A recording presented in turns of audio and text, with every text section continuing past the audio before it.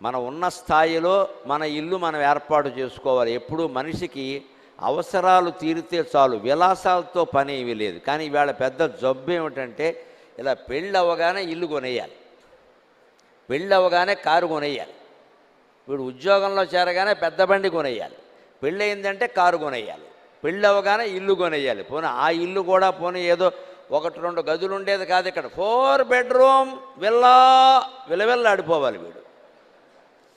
దీనికోసం 2 కోట్లు 3 కోట్లు పెట్టాయి, ఈఎంఐ పెట్టాయి.